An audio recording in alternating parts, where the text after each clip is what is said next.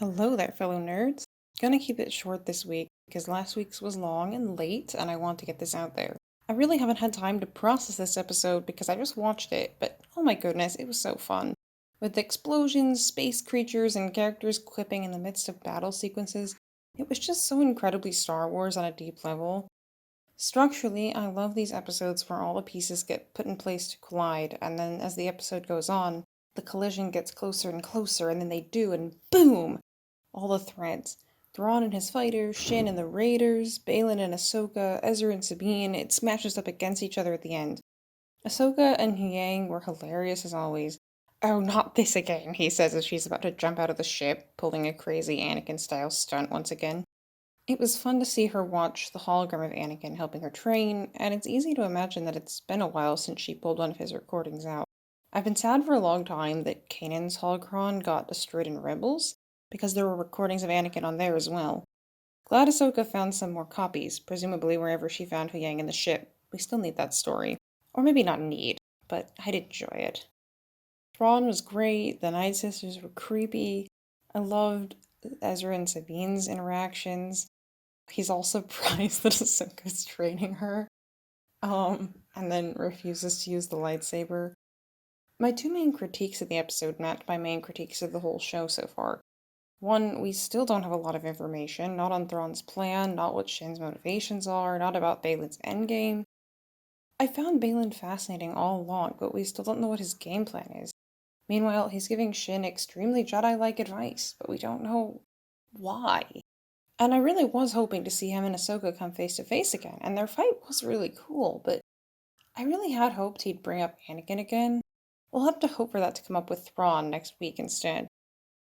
And my other critique is also something I've noticed about the show as a whole, and it's not a flaw exactly, it's just something of a series of missed opportunities. I've observed that the show often doesn't take advantage of moments of tension. More often than not, it doesn't end episodes on cliffhangers, nor leans into moments when one character is hiding something from another. For example, it was fun to see 3PO show up to rescue Hera, fun to get another reference to Leia, fun to see Xiono get crushed. But I actually would have preferred if that drama with Hera and the New Republic had been drawn out a little longer and been resolved in the last episode.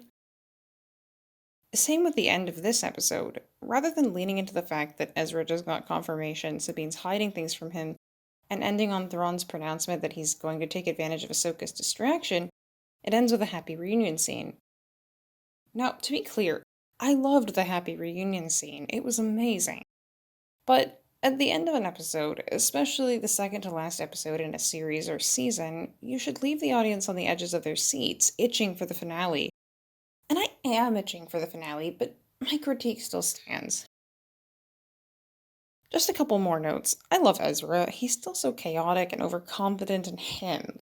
Like when he tries to surrender, and he knows it's probably not going to work, but you can just see it, and the guy playing him just embodies his body language so well, and that's part of what sells it. And when he says, "The Force is my ally," how often have we seen Jedi characters say something like that, but always in this kind of very serious, melodramatic way? Not that there's anything wrong with that. And in Ezra's case, I have no doubt he means it, and he's not overestimating himself too much. Or maybe not overly much. But he's still got this wild kid energy at the age of 30, and it's wonderful. Too many Star Wars characters just get progressively more serious and sad. Not Ezra. It's just hilarious because the whole time it was like, oh yes, we've got to rescue him. And yeah, sure. But we're rescuing him from a pretty chill existence with a bunch of hermit crabs. Like, it's very Ezra. Okay, finale predictions. Thrawn's going to escape. Maybe there'll be a little victory for the main characters, but the biggest victory is likely just going to be proof for the New Republic higher-ups that Hera was telling the truth.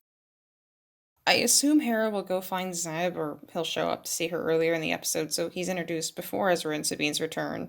That doesn't feel random to people that haven't seen Rebels. Although it might feel random to them anyway, I don't know. Anyway, so he's there and waiting for them when they arrive. Rebels family reunion, please.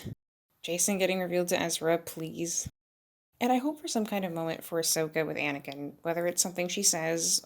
I really like her sort of reflections to Yang. He's honestly the most socially intelligent droid we've ever seen. Well, okay, R2's pretty intelligent, but that's a little different. Yang's commentary is just really fun.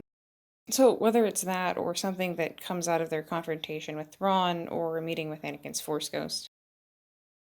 Well, that's all I've got. Let me know your thoughts and predictions, and see you next week for the finale. Bye!